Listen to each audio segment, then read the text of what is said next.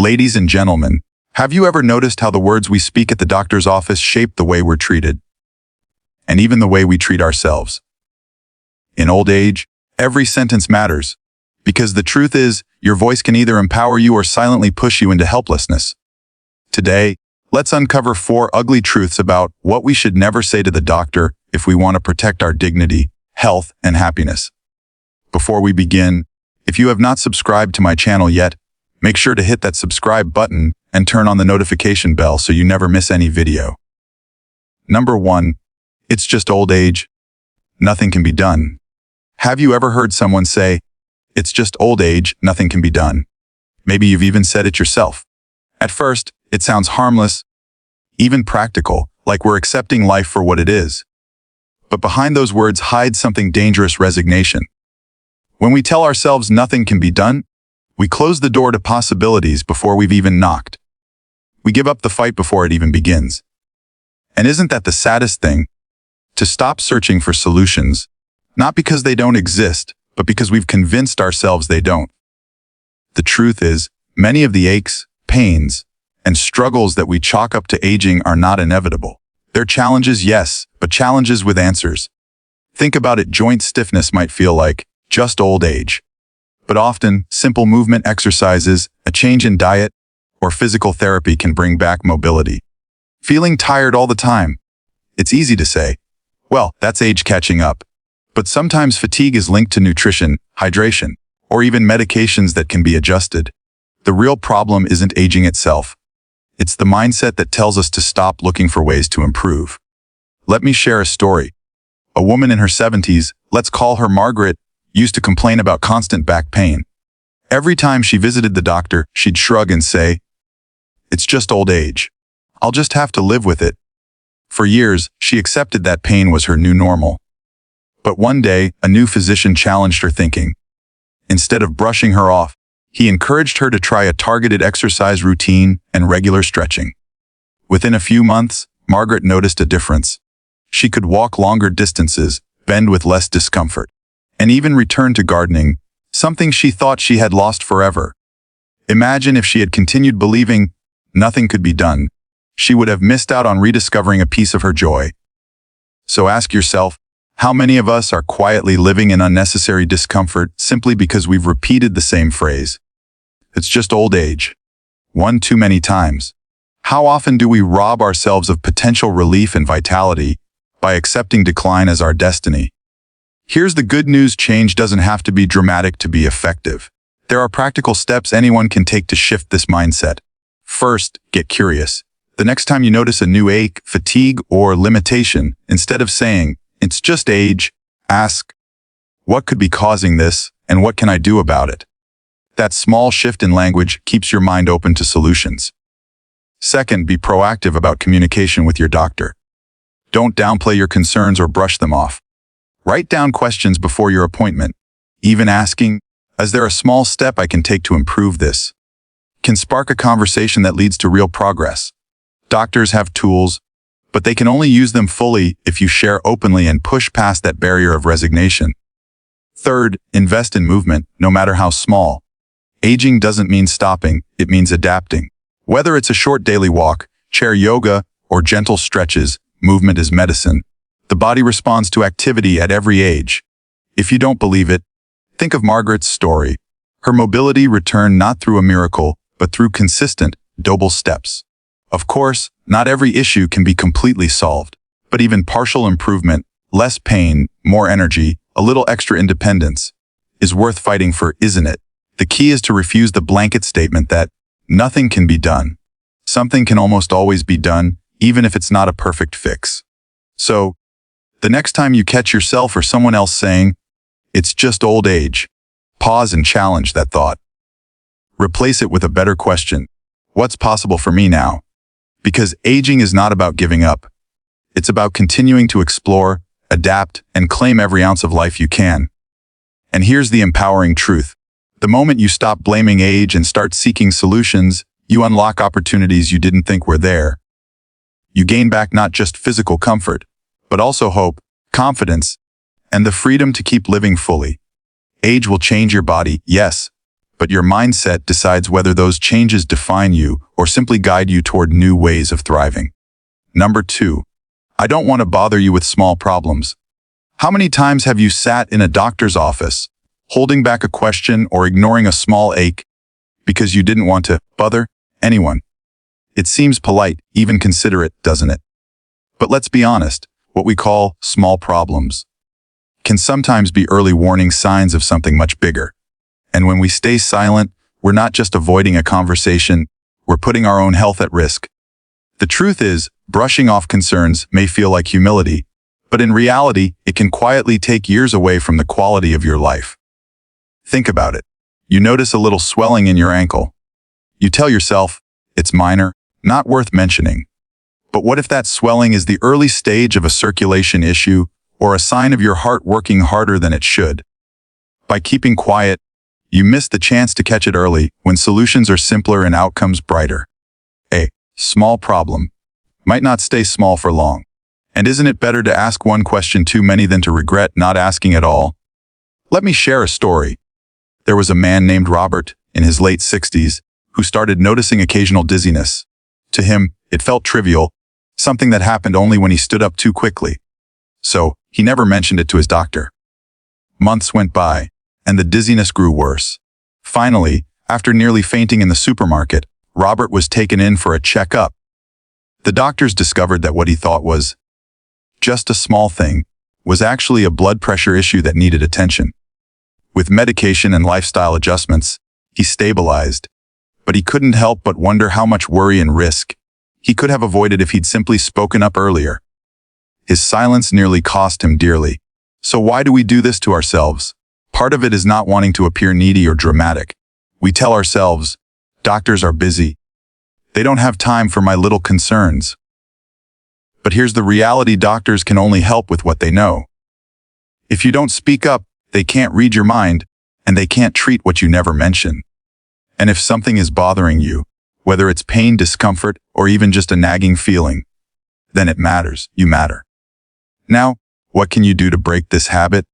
First, reframe how you think about these small problems. Instead of seeing them as inconveniences, see them as pieces of a puzzle. Even the tiniest detail can help your doctor understand the bigger picture of your health. That scratchy throat, that unusual bruise, that moment of forgetfulness, it might be nothing, or it might be something important. But you'll never know unless you share it. Second, prepare before your appointments. Write down your concerns, no matter how insignificant they seem. This not only helps you remember, but also takes the pressure off in the moment. You won't be second guessing whether to bring it up. You'll already have it on your list. Third, remind yourself that asking questions is not a burden, it's a responsibility. Think of it this way: the doctor's job is to guide you, but your job is to give them the full map. And a map missing important details can lead to wrong turns. Speaking up is not bothering, it's partnering. Let me ask you this: would you ignore a small leak in your roof just because it wasn't flooding your house yet? Of course not. You'd fix it before it became a disaster. Your health works the same way. Catching the little things early often prevents the big things from ever happening. So the next time you sit in that office and feel the urge to stay quiet, remember Robert's story. Remember that your so-called small problem could be the clue that saves you from bigger issues down the road. By speaking up, you're not only protecting your health, you're honoring your life, your time, and your ability to keep doing the things you love. Here's the empowering truth: your voice is your first medicine. Use it. Don't downplay your concerns, don't apologize for speaking up, and don't convince yourself that you're being a bother. Because in the end, silence costs far more than asking a simple question. And the moment you decide your well-being is worth the conversation, you take back control of your future. Number 3, at my age, it doesn't matter anymore. How many times have you heard someone say, at my age, it doesn't matter anymore? Maybe you've even whispered it to yourself. It's the kind of phrase that sounds like acceptance, but deep down, it's really about giving up. And that's heartbreaking, because age doesn't erase the value of your life, your comfort, or your happiness. Saying, doesn't matter anymore, is like handing away your right to live fully, even when there's still so much life left to be experienced. The truth is, age changes many things. Our bodies, our energy, our routines, but it doesn't erase our needs. Your comfort still matters. Your health still matters. Your joy still matters. Think about it. Would you ever say to a grandchild, "You don't matter anymore because you're too young"? Of course not. So, why do we say it to ourselves just because we're older? Every stage of life has value, and your voice has power, no matter how many candles are on the cake. Let me share a story. There was a man named James in his early 80s who had been living with knee pain for years. Every time his daughter encouraged him to see a specialist, he brushed it off. "At my age, it doesn't matter anymore," he'd say. "I'll just live with it." But one day, after much persistence from his family, he finally agreed to try physical therapy. Within months, his pain decreased, and he was able to enjoy long walks again. He even joined a community gardening group, something he had once loved but given up on.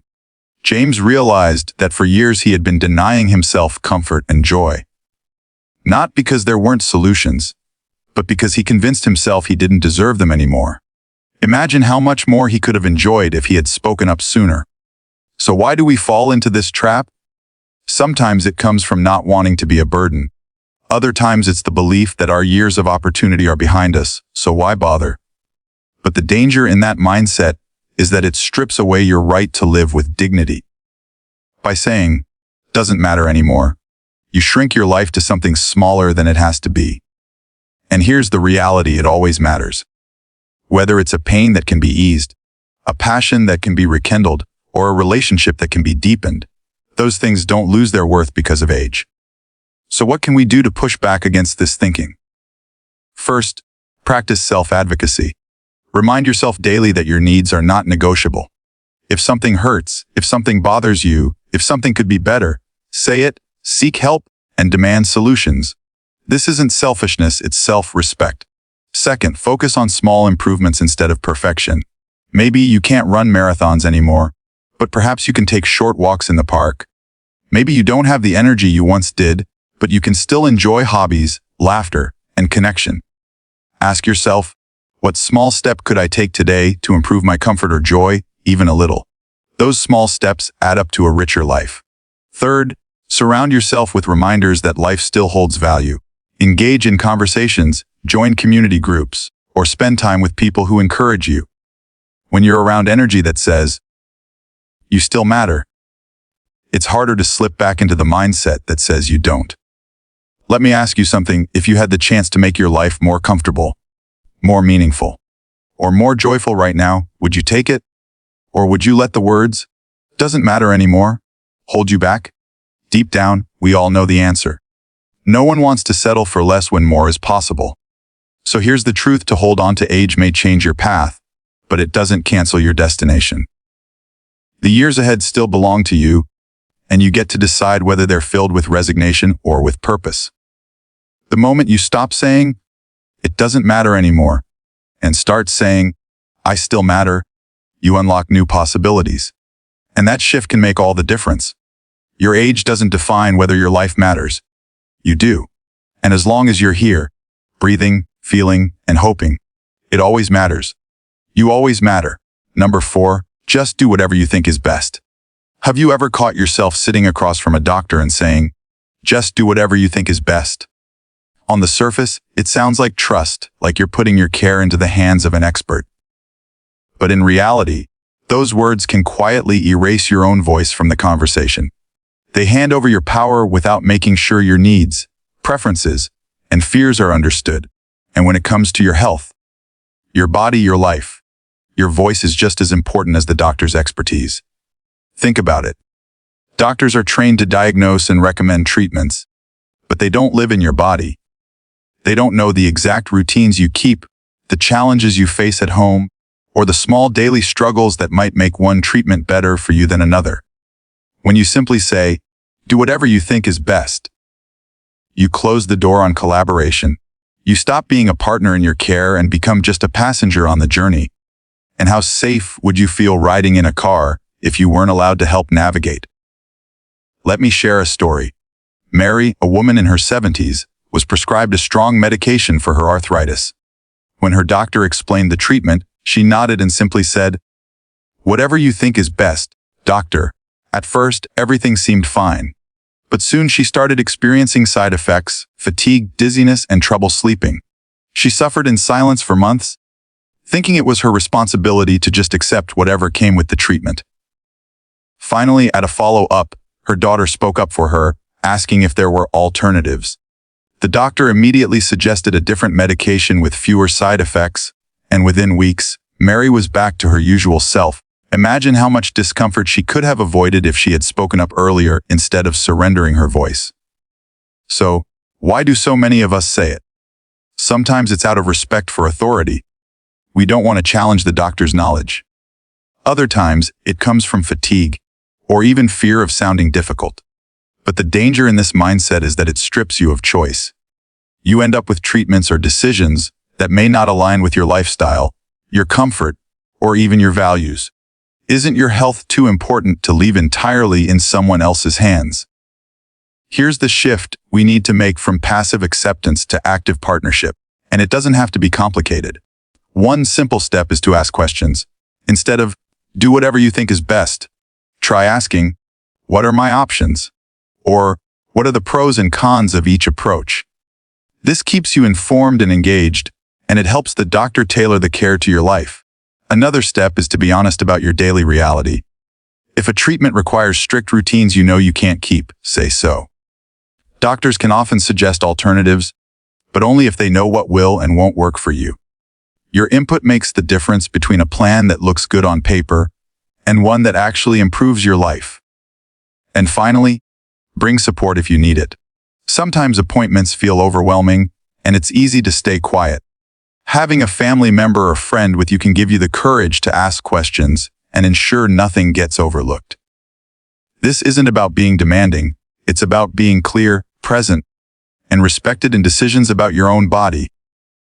Let me ask you this, would you let someone else order for you at a restaurant every single time without ever saying what you like or don't like? Probably not. Then why do we think it's okay to hand over our health decisions, the most personal decisions of all, without speaking up? The truth is, doctors don't want silent patients. They want engaged ones. They want to know what matters to you, what fears you carry, and what goals you have. When you stop saying, just do whatever you think is best, and start saying, here's what's important to me, you create a partnership where your care is not just effective, but meaningful. So here's the empowering takeaway. You are not a bystander in your health journey. You are the main character. Your doctor may hold the map, but you hold the compass. Together, you can chart a course that doesn't just treat problems. It supports the kind of life you still want to live. And that is always worth speaking up for. So, here's the truth. The words you use at the doctor's office are more powerful than you think. Saying, it's just old age, or doesn't matter anymore, may seem harmless, but they quietly steal your chance at better health, freedom, and dignity. Speak with strength, ask questions, share openly, because old age isn't the end of your story. It's a chapter where your voice matters more than ever.